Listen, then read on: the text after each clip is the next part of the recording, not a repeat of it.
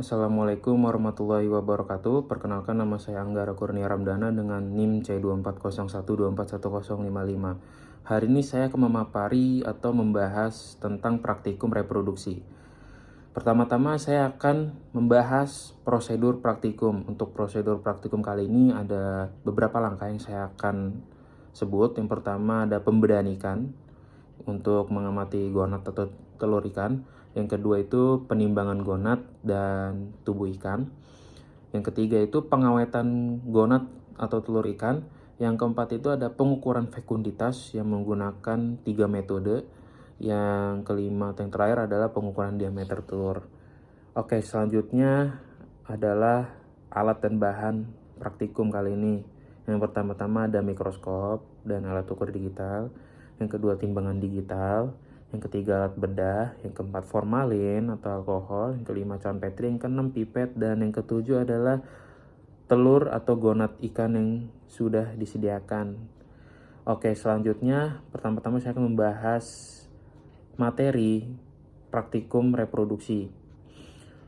Pertama-tama saya akan membahas dari TKG atau tingkat kematangan gonad. Apa itu TKG atau tingkat kematangan gonad? TKG atau tingkat kematangan gonad itu adalah tahapan perkembangan pada organ reproduksi ikan, khususnya gonad atau telur ikan sebelum dan sesudah proses pemijahan. Untuk metode penentuan TKG atau tingkat kematangan gonad, yaitu ada 2 metode. Yang pertama itu ada morfologis dan yang kedua itu histologis.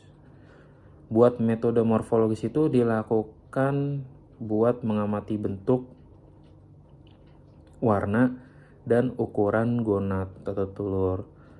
Dan yang kedua ini lebih praktis dan lebih cepat buat survei atau menganalisis telur atau gonad ikan. Tetapi hasilnya itu subjektif dan kurang akurat. Yang kedua metode histologis. Nah, metode histologis itu menggunakan mikroskop buat melihat struktur gonad atau telur ikan. Buat informasinya itu lebih detail dan akurat daripada metode morfologis. Tetapi buat metode histologis itu lebih lama, tidak secepat metode morfologis. Selanjutnya yaitu indeks kematangan gonad atau disingkat IKG. IKG atau indeks kematangan gonad itu adalah rasio antara berat gonad dengan berat tubuh ikan yang dinyatakan dalam persen. Buat rumusnya itu IKG sama dengan berat gonad per berat tubuh dikali 100%. IKG atau indeks kematangan gonad itu digunakan buat menentukan tingkat kematangan secara kuantitatif. Yang kedua itu untuk menganalisis atau analisis pola pemijahan ikan. Dan yang ketiga itu buat menilai potensi reproduksi populasi pada ikan. IKG atau indeks kematangan gonad itu tinggi, biasanya menunjukkan ikan sedang dalam tahap matang gonad atau siap memijah. Selanjutnya ada rasio kelamin atau seks rasio. Rasio kelamin atau seks rasio itu perbandingan jumlah ikan jantan dan betina dalam suatu populasi. Rasio kelamin itu sangat penting. Yang pertama itu kenapa? Karena rasio itu yang menyeimbangkan atau ngedukung keberhasilan reproduksi pada ikan secara alami. Dan yang kedua itu rasio yang tidak seimbang itu bisa jadi indikator gangguan lingkungan, terutama ikan yang ada di alam atau di habitatnya. Yang kelima atau selanjutnya ada fekunditas. Fekunditas itu jumlah telur yang dihasilkan oleh ikan betina sebelum pemijahan. Faktor yang mempengaruhi fekunditas itu ada 3, saya sebut. Dari yang pertama itu ada ukuran tubuh, yang kedua itu umur, yang ketiga itu kondisi lingkungan. Buat metode pengukuran atau metode pengukuran fekunditas itu ada 3 yang dipakai di praktikum kali ini. Yang saya akan sebut itu ada gravimetri yang buat menghitung atau menghitung berdasarkan berat sampel atau berat gonad atau telur ikan. Yang kedua itu ada volumetri yang didasarkan volume telur ikan atau gonad ikan.